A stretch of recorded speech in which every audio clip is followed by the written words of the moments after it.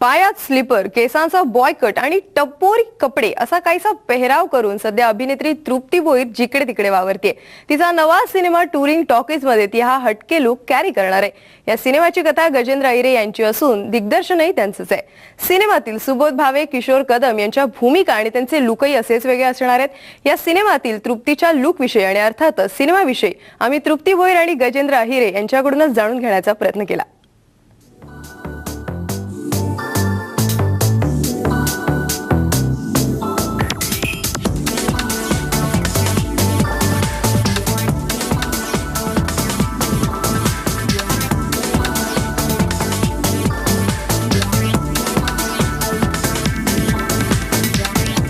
Madam तृप्ती काय म्हणजे चक्क कशी दिसतेस, काय होतीस तू, काय झालीस तू?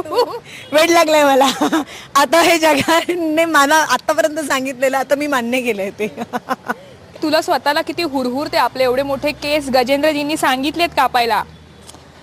स्त्री म्हणून विचार केला तर मला रडू येते की माझे केस गेले, कारण का स्त्रीचं खरं सौंदर्य केसात असतं आणि माझे केस खरंच खूप छान होते। पण जो रोल करायचा होता त्या रोलसाठी मला तृप्ती भोईर चांदी बनायचं होतं आणि मला जेव्हा गजेंद्र सरांनी सांगितलं की तृप्ती तुला केस कापावे लागतील, त्यावेळी 5 मिनिटं विचार करून मी लगेच हो कापेन असं म्हटलं आणि तेव्हापासून मनाची तयारी केली होती 2.5 महिने आधीपासून की केसावर कात्री फिरणार आहे। चेहरा पण जो बनवलेला आहे की J dot dot J proper touring talkies मध्ये फिरणारी जी माणसं असतात ती कशी उन्हात अनात कामं करून करपलेली असतात किंवा कशा प्रकारे त्यांची चेहरेपट्टी बदललेली असते याच्यावरही तो विचार केला जाणार आहे का? खूप केला जाणार आहे। बेसिकली जसं आता ह्यांनी मला त्या लुक टेस्ट रूम मधून बाहेर हकललं तसंच हे मला पापडासारखं वायात गळणार आहेत तिथल्या उन्हामध्ये मायणीच्या, आणि तिथे भयंकर ऊन आहे।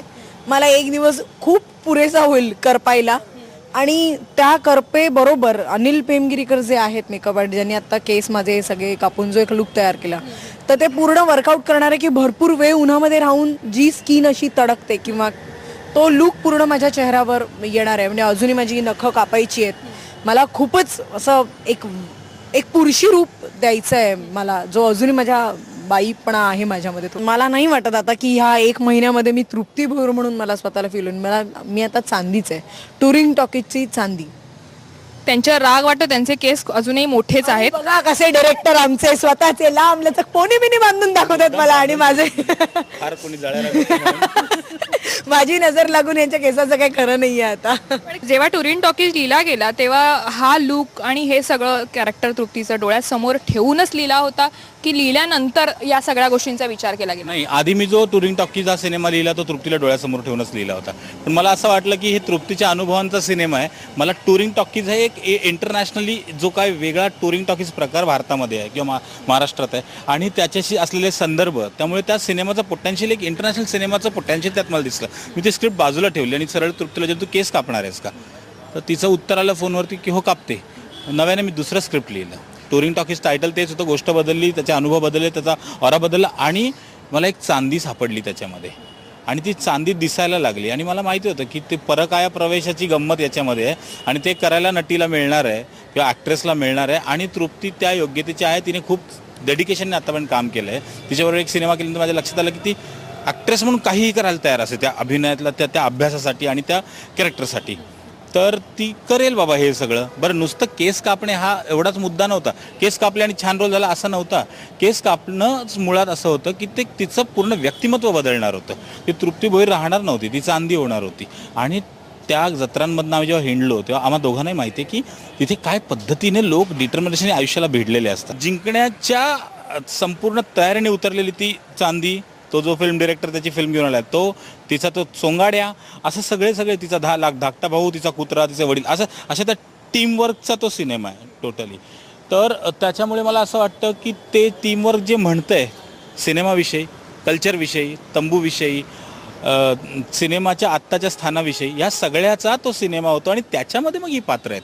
त्यामुळे गेटअपचा विचार करून काहीतरी गिमिक्स खेळायला गेलोय असं केलं तर सिनेमा फसणार हे मला माहिती आहे। त्यामुळे मी माझा अनुभव पणाला लावला आहे तिथे आत्तापर्यंतचा आणि त्याच्यातला सामाजिक, आर्थिक आणि नातेसंबंधांचा संबंध ठेवून तो सिनेमाचं डिझाईन केलेलं आहे. 50% मी जिंकलोय असं मला वाटतं, कारण जेव्हा तृप्तीने कपडे घातले आणि तो मेकअप पेंबिरी सरांनी जेव्हा ते ब्रश उडवला फक्त तिच्या चेहऱ्यावरती आणि ते केस, तर मला वाटलं की येस, मला एक कॅरेक्टर तर मिळालं.